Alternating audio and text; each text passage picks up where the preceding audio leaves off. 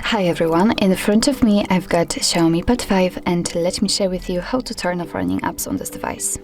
So basically all you have to do is to open the recent, and depending on what kind of navigation tab you've got set, so the buttons or the navigation gestures, you can do it using two different ways. So if you've got the buttons, just tap on the one with 3 bars icon, I believe, or if you've got the gestures, you have to swipe your finger up gently and hold it somewhere here, just like that. And as you can see here, we've got all previously opened apps, and of course if you want to, you can close only one of it or two of them, just find them and swipe it up just like that. But if in your case you've got a wide list of opened apps and you do not want to do it manually, just tap on clear all, which is in the right upper corner. And as you can see, we just got back to the home page, so we can enter the recents to check, and here we've got no recent items, which means that we just successfully closed all background apps.